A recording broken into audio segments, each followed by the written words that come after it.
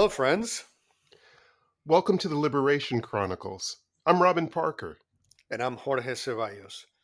This is another episode of the Liberation Chronicles, a series in which we hope to give voice to liberation in our current historical context and discuss what it means to build a truly inclusive society. Today, we are examining how some institutions are failing to respond to the current attacks on equity and inclusion. We'll start by examining examples of institutional leadership failures throughout our history, culminating in current examples of how institutions are failing to stand up to the current administration. Of course, we're not suggesting that all institutions have failed to stand on the right side of history. We have numerous examples of how institutions have used their positions to stand against oppression in the United States, including many that are today taking a stand against the attack on diversity, equity, and inclusion, such as the National Urban League, the American Association of University Professors, and the City of Baltimore, among others.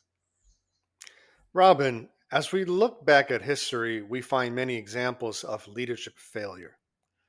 Let's start with religious institutions. Many mainstream Protestant denominations in the 18th and 19th centuries defended slavery or stayed silent rather than challenging it. After abolition, many white churches supported segregation or excluded black congregants. Some white churches urged gradual changes rather than openly supporting civil rights activists, prioritizing order over justice. And if you remember, there's the famous letter from Martin Luther King, letters from Birmingham jail, in which he actually mentioned that dynamic of folks that wanted to slow the process down. Right? So that's also very much what we allude here in terms of the role the white churches played during that time. Religious institutions also helped run Indian boarding schools that aimed to eradicate native languages and culture while abusing and traumatizing students in the process. And as we have seen for many years in recent reports, how that trauma continues to impact Native communities across our nation. So this is something that is not just a historical reference, but is very much still a lived experience for those indigenous communities that were impacted by this approach. In education, universities and public schools often upheld segregation laws until forced by Brown versus Board of Education. Even after that decision, many continued to resist integration. As the Equal Justice Initiative points out, the resistance was powered by a broad swath of segregationists whose tactics included legal maneuvering, school closures, intimidation, and economic reprisals, as well as violence. The resistors were bankers and business leaders, Kiwanis and Rotary Club members, and clergy and middle class members of white citizens' councils who took pains to distance themselves from the Ku Klux Klan, as well as office holders from local school boards to state capitals to the halls of Congress. Now, one of the things that jumps out at me right there, Robin, is that description of who were the individuals and organizations that resisted feels very much a description of what we're experiencing today. Not much different. In terms of private schools, many of these schools were established to resist integration efforts.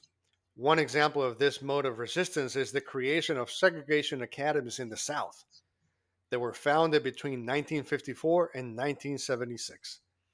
It has been estimated that between 1964 and 1975, at least 500,000 white students were withdrawn across the nation to avoid segregation.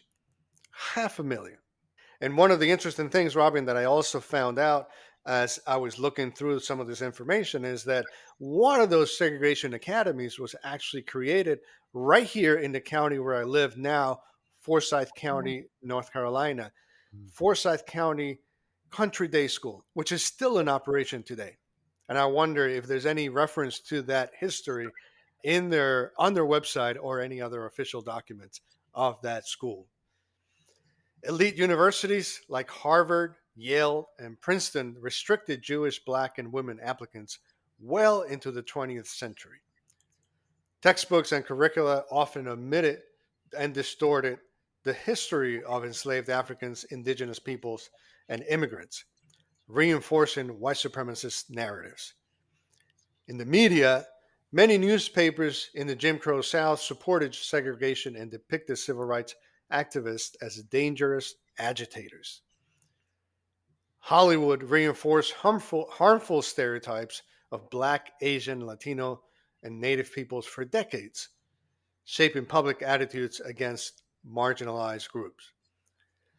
And mainstream media often ignored or minimized police brutality, indigenous struggles, or labor movements until activists forced attention.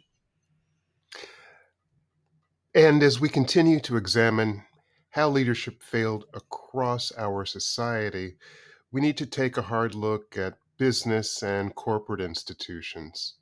Of course, when slavery existed in the American colonies and the United States, banks, insurance companies, and textile manufacturers enriched themselves through the slave economy.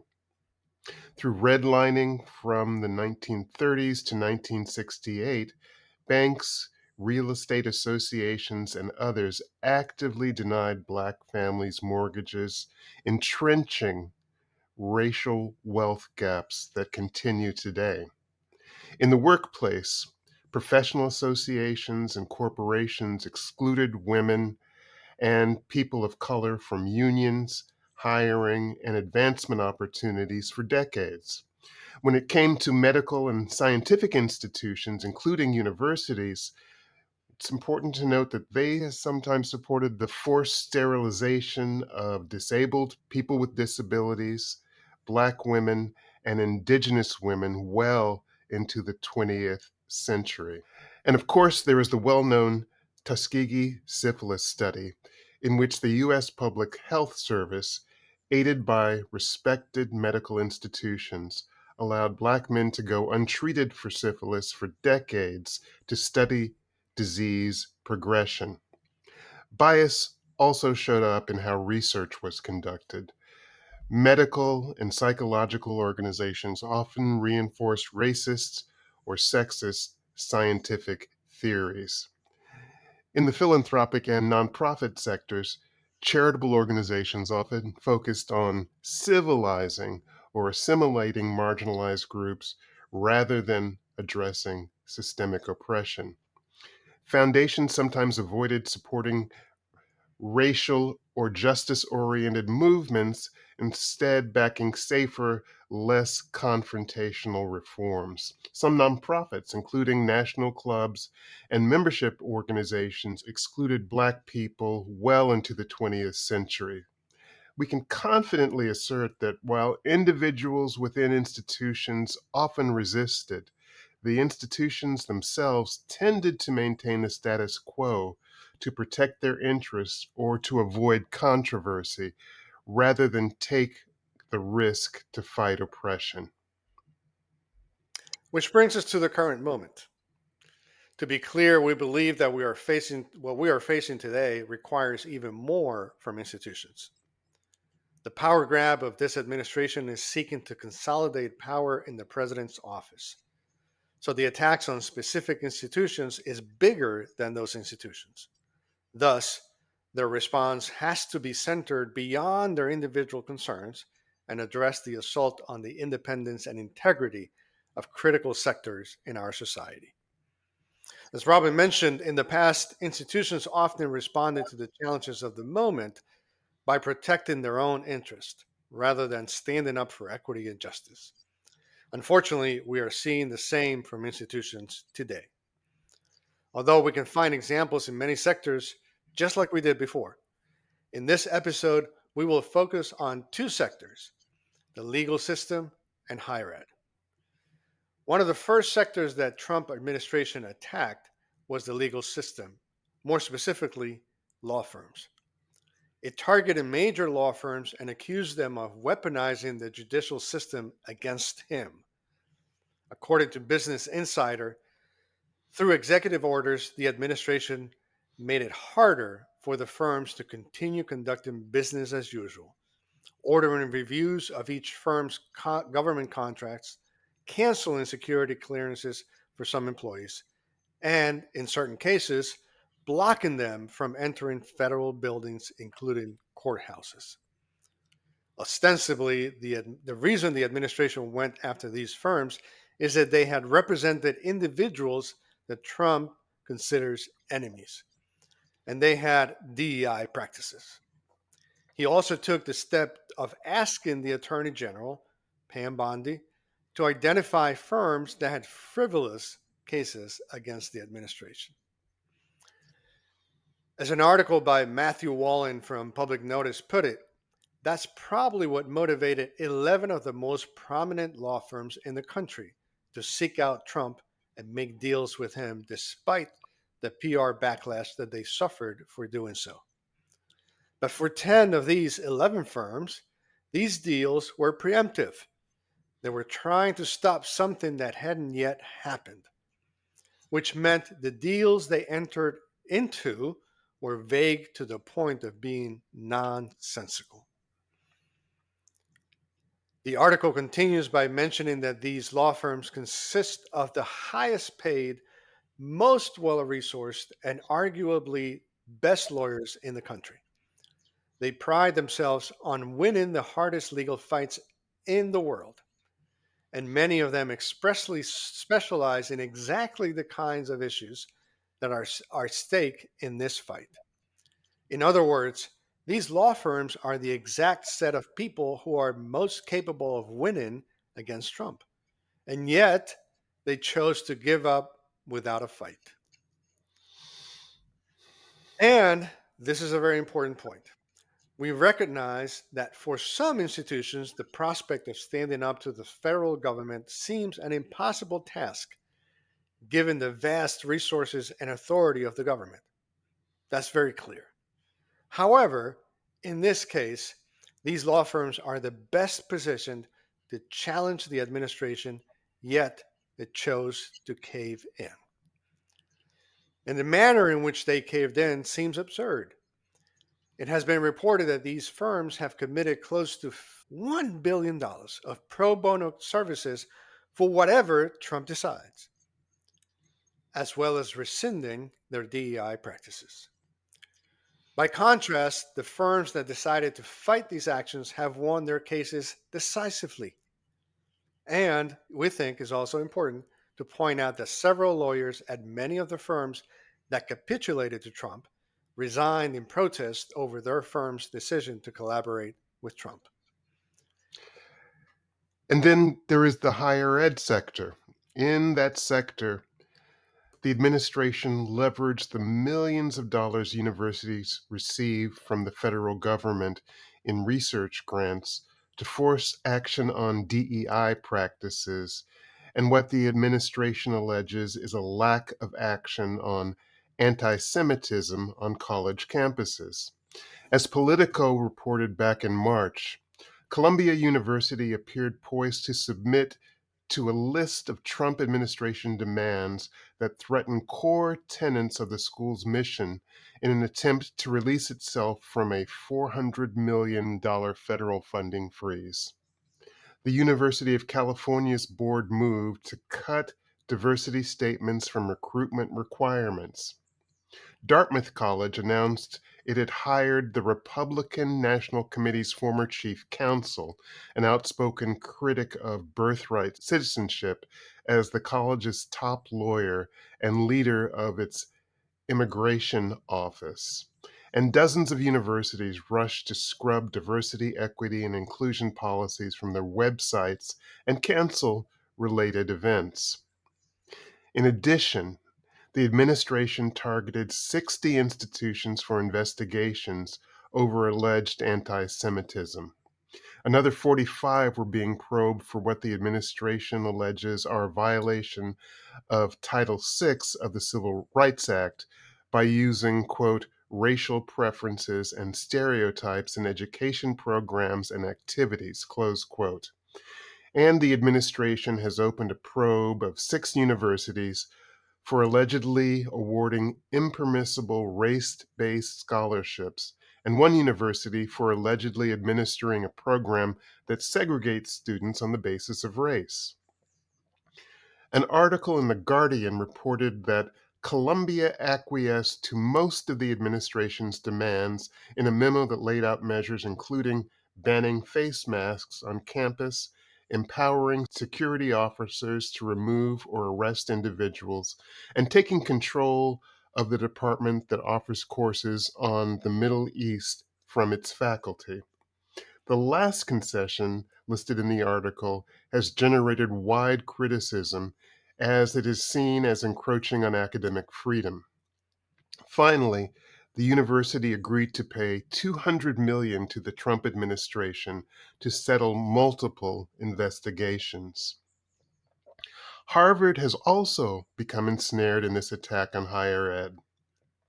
PBS reported that what began as an investigation into campus anti Semitism escalated into an all out feud as the Trump administration slashed more than $2.6 billion in research funding, ending federal contracts and attempting to block Harvard from hosting international students.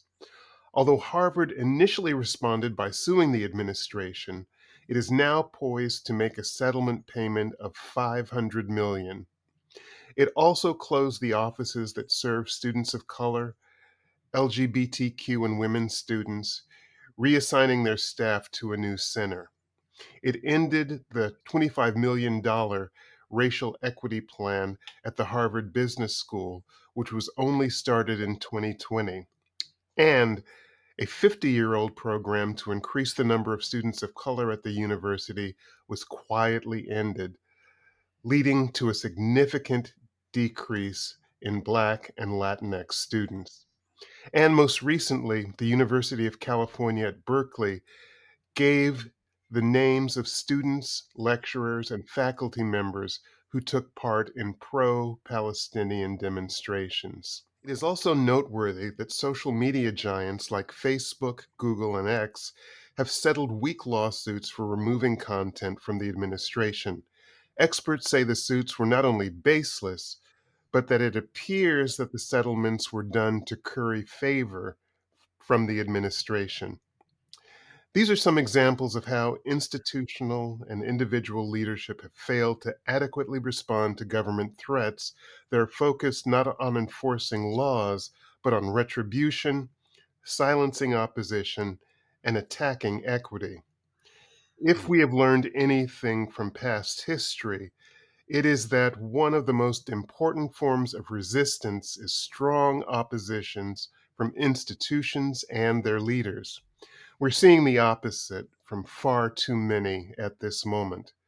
As Robert Reich, the former Secretary of Labor, put it, quote, people in positions of significant responsibility have succumbed to greed, small mindedness, insularity, and cowardice. During a crisis like the one we're now in, these so called leaders have abdicated their moral responsibility. Close quote. That quote to me just kind of captures the essence of what we're facing today, and it's crystal clear in terms of naming the dynamics and the behavior of the institution. So I so much appreciate Robert Wright for writing that. But Robin, we've covered quite a bit in a short time, and obviously we know, right, that these issues, there's a lot more detail that can be talked about. I think we kind of just highlighted some of the major points in terms of what happened before and what is going on today. We also, I think, see a through line, right, in terms of that institutional behavior to oppression, to injustice, unfortunately. But I want to spend a little bit of time just processing with you. Sure. And then I wonder, as we prepare this information, Robin, and we pull this information together to create this podcast, what was going through your mind in terms of what we maybe can conclude about the role of institutions in advancing equity and justice in the United States. It's a powerful question. I suppose before I answer the question, I will also say that one of the things that went into my mind is how much, even though you and I are small potatoes, obviously, how much we were in jeopardy and how important it is that individuals and institutions are protected in their First Amendment rights because the government's use of its power to suppress information is huge and powerful. The government has money, the government has military, the government has police power. And so it's a very, very concerning issue. I would be more disheartened, although I am certainly disheartened, um, if I didn't realize from a historical point of view that institutions are all over the place. And that is that they often see their primary goal not as standing up for what is right from a moral compass, but how is it that we can continue to increase the value for our shareholders? How is it we can keep the money rolling in? How is it that we can keep producing widgets best? And the moral stance is second and Mhm. often only becomes primary when there's some economic pushback. You know, people say, well, we're not going to watch this show anymore, or we're not going to buy this product anymore. And so I take some solace in knowing that it is not uncommon for institutions to act in ways antithetical to inclusion and strong community and moral values. Having said that, I think that one of the awful things and almost comedic things that has arisen is how those same institutions who obviously know what's going on have decided to capitulate. And I would imagine that they see it as a kind of payoff. Well, we'll just settle it. We'll make the administration happy. It will go away. It's small potatoes. And we'll ingratiate ourselves not only to the president, but the entire administration.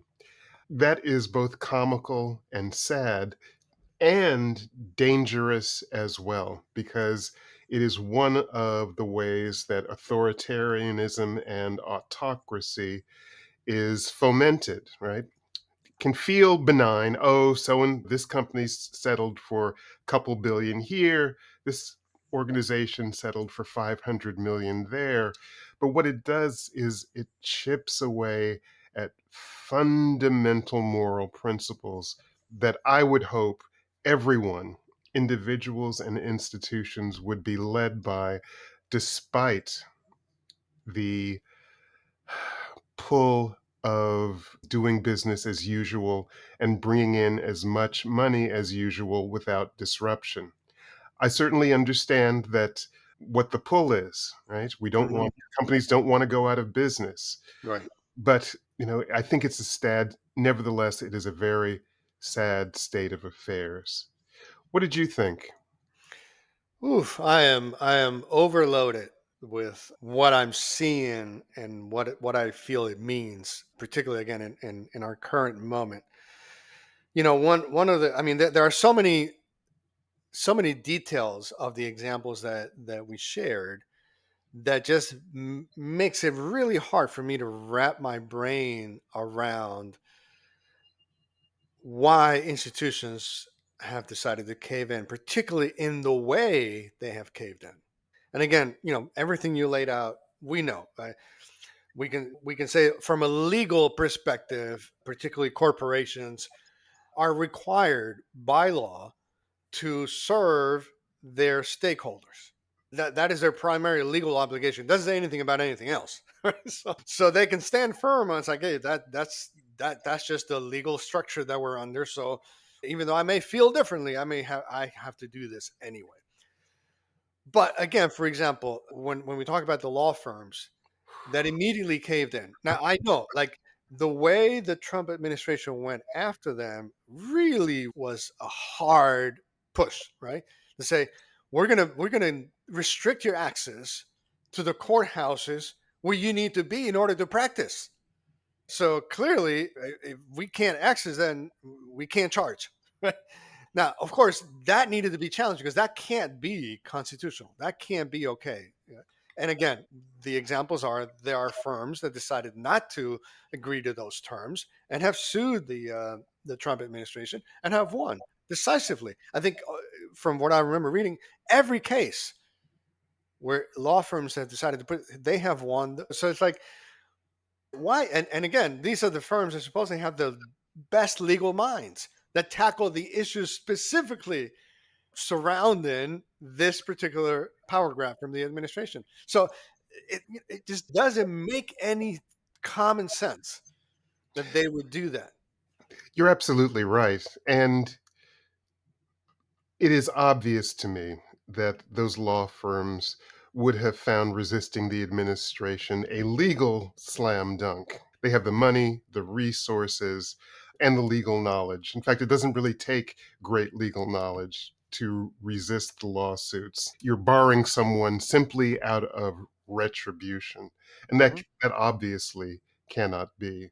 And so it leads me to believe that those firms simply decided that it was in it was most favorable to them, it was most advantageous to them to simply settle, which means that instead of going to court, right, Hmm. and having coverage of the court proceedings and our winning and the Trump administration pushing back and saying that if the Trump administration lost, the judges were wrong, et cetera, et cetera, et cetera, they decided that we'll just settle this, throw a bag of money at the administration, walk away, and continue to do business.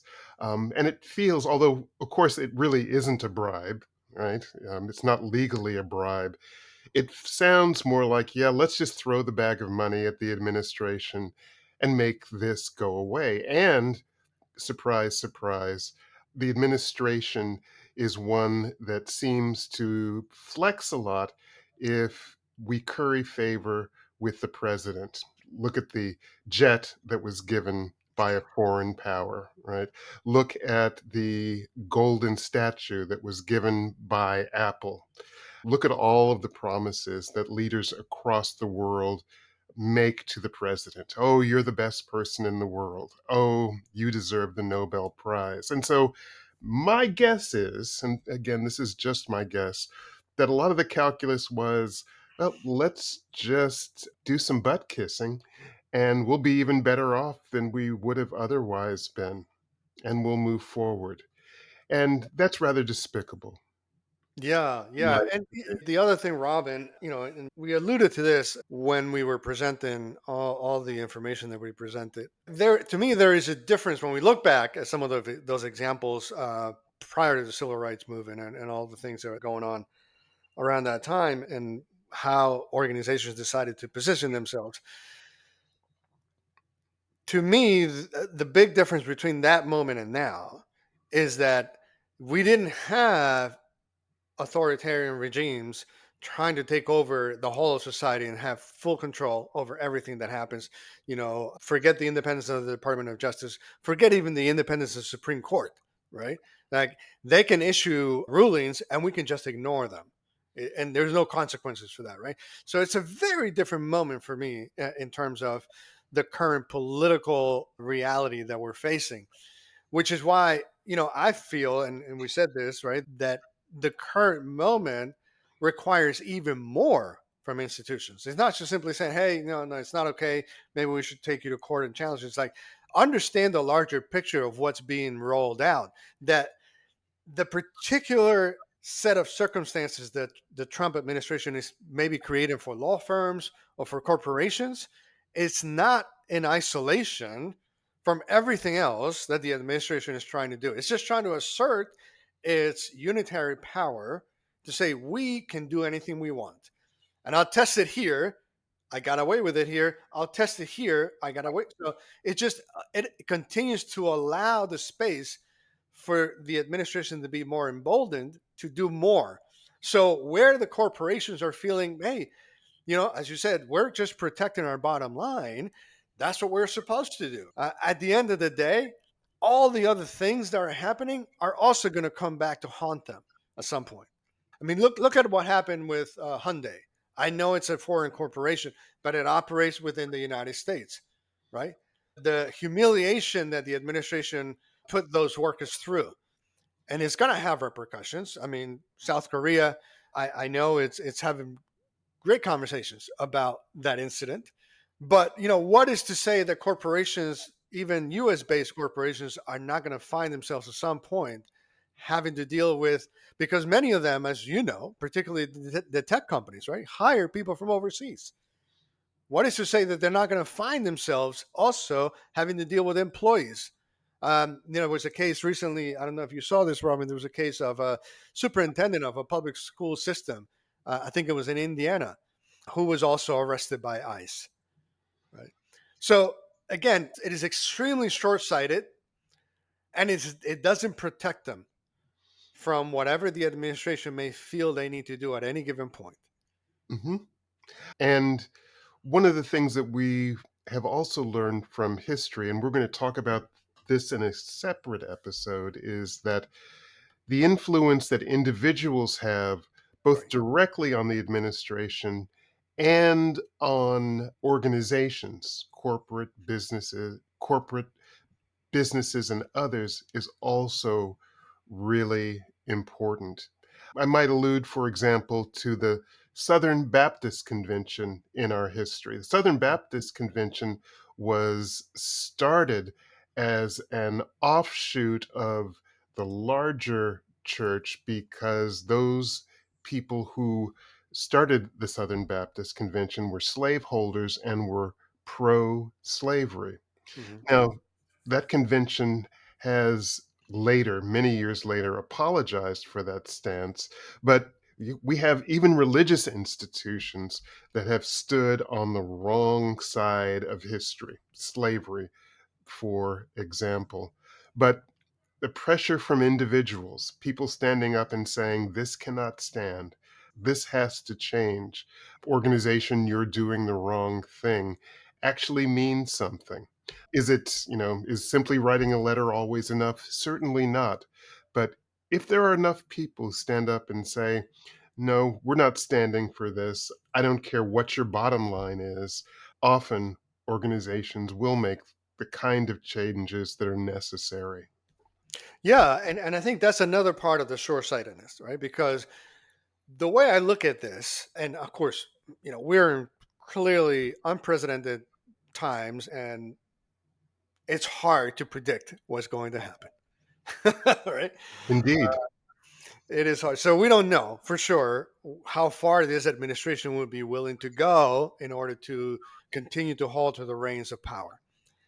But assuming that elections will still take place, and again, I know that's a very high assumption, but assuming that elections will continue to take place, that means that maybe the next administration is going to be completely different. Trump will not get reelected. We'll have a new administration, which means that the climate will change again. And I don't know, Robin, I have a sense that our movement, our movement for justice, equity, inclusion is going to come back stronger. It's going to, I mean, we haven't gone away. We're still here, right? Yes, we are. We're still here, and everyone that we know that is doing this work is trying to find their way to continue to stay firm on their commitment to creating a more just and equitable society. We're restricted in terms of the kinds of things and the breadth maybe of what we can do because of this attack. But the moment that attack and the sort of the weight of a governmental authority is removed, I think we're going to come back roaring. When that happens, I believe then that the institutions that position themselves the way they did are actually going to pay a price. They're going to be held accountable for turning their backs on this work? It will certainly be interesting to see. Certainly, we know that the United States is becoming more diverse, not less diverse. And Mhm. by diverse, it is certainly not only diverse racially and ethnically, diverse around the inclusion of LGBTQ people, around the definition of gender and the like. And there is nothing that indicates that those demographic changes are going to end. And so I think that you're right in that you can't expect people who have rights simply to say, "You're right, I'm a gay person and I'm willing to give up getting married. I'm an LGBTQ person. I'm going to give up any right that I might have to use anti discrimination laws. It's okay to discriminate against me. I'm a trans person, and it's okay that I'm not allowed to be part of the military." All of those things were really advancements that were hard won over time. And you're right, there was a pushback against that by many people, including those represented in the administration. But we still have people out there in society, myself included, who are not going to stand for it. We simply are not going to sit by and say, sure, take away my rights, it's just fine. Can't afford to. And history says that we have to speak to power. The other thing that I'm thinking about, Robin, so obviously this work was becoming very much core practice, right? In many institutions, could even maybe say most, right? Folks recognizing why it was important to do it. And any major corporation had years of engagement in promoting equity and inclusion. They saw it as a practice that benefited the institution, and they were trying to catch up to some extent, right? Realizing, hey, we have left great segments of our society outside of being able to access opportunities, which doesn't just harm them, but it also harms us as an institution. Let's figure out a way to correct that, to rectify that. And not that up to now they had already taken care of all of it, right? They had caught up. They were still working to create what we might call a level playing field, if you will. So it wasn't there yet. And yet all of a sudden, you pull back, which then says to me that because of the number of years that we're going to spend under this administration with this climate that tells these old corporations don't do this, when the tide turns and the work comes back, the need is still going to be there. Like you said, the demographic changes are not sort of reversing themselves. As a matter of fact, they're accelerating as time passes. So corporations are going to need to go back to putting practices in place that allows them to have the kind of workforce that is essential for their own survival. It's absolutely true. As an example, the percentage of people who identify as Latinx in the country is getting larger. That means that you're going to have more Latinx customers, and you better be able to understand their needs, wants, and desires if you want to really do good business in the United States with a large segment, right? It's Mhm. not only the right thing to do, but it makes business and economic sense to do. Yeah, yeah. So again, it's like you may be able to save yourself to some extent from the wrath of this unhinged administration. But the moment this administration is out and a new administration comes in, and my prediction would be that the next administration that comes in is actually going to be one that is going to be even more progressive than anything we had before, because it's recognizing that we need to undo everything that has been done during this 4 years, right? So that means that again, you're going to get back on this work of trying to create organizations, institutions, corporations that are welcoming, inclusive, equitable, and you're now like behind the eight ball again, which means you're going to need to pour in more resources that in the long term is going to cost you more to not resist now, right? You can't, you don't see it that way. You're only thinking about the moment, right? Now, the other thing, Robin, that it makes me wonder is, does it give us an opportunity to examine how, one, we conceptualize institutional leadership, and two, what are the skills, attributions, knowledge base that these leaders need to have as we move into maybe even a greater commitment, maybe out of necessity, because we know that these corporations don't make commitments just out of willful decision. It's just they have to be forced into it. Right? But out of necessity, greater commitment to equity and inclusion again. So clearly the leadership that was put in place. And by the way, again, we want to remind folks that there are some institutions out there that are still standing their ground. You know, Delta, for example, is one of them. We're not backing off. This is our work, and we are actually very aware of the benefits of us doing this work. Right? So there are corporations like that are continuing to stand their ground around this. But what would we need to do in terms of the leadership of institutions? So maybe at some point down the road, we don't find ourselves in the same place where there's a wave of pushback against any equity justice related work, and institutions are once again not led by the right people. What are the kinds of ways in which we need to reconceptualize what institutional leadership is, and what are the skills, knowledge base that they need to have? Yeah, and I think that that would be a good question for us to have a longer conversation about. Yeah.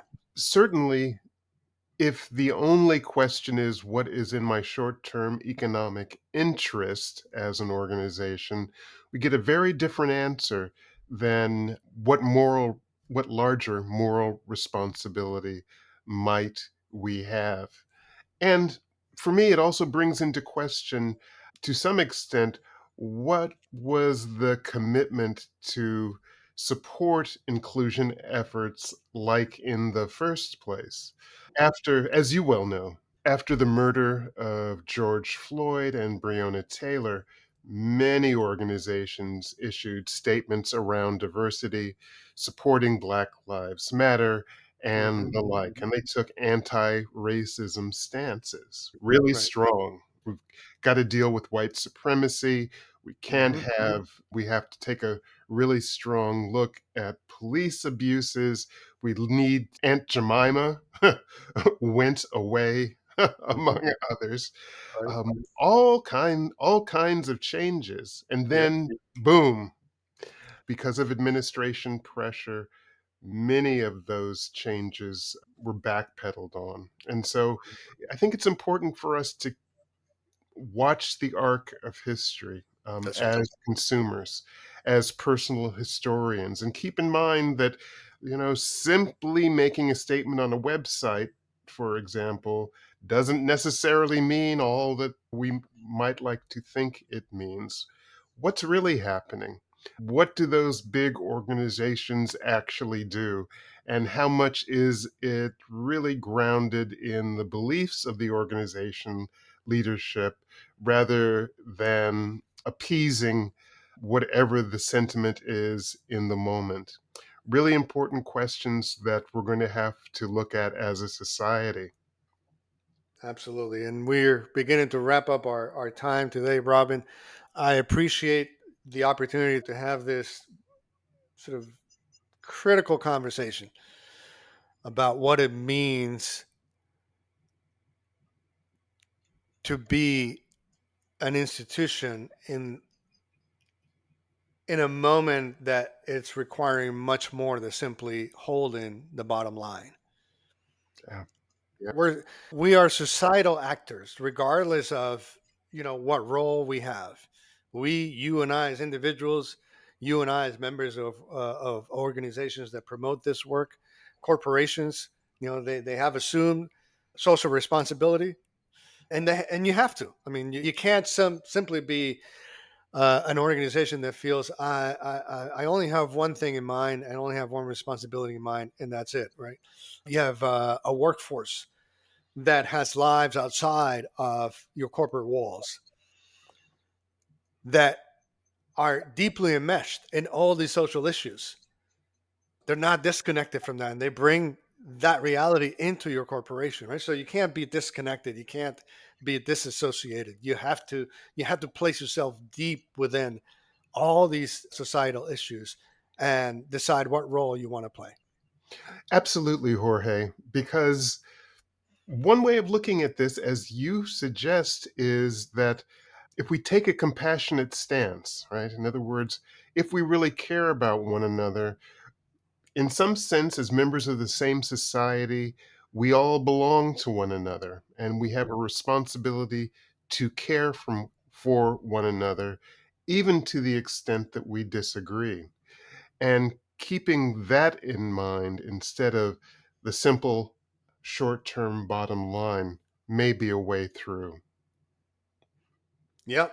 Yeah, absolutely. And thank you, everyone, for listening to this podcast. And keep in mind that we're going to continue to have these conversations because what we are facing today is a existential crisis, I believe, for this country. So we're going to have future episodes, particularly, I think, Rob, in the next one, we're going to talk about individual leadership.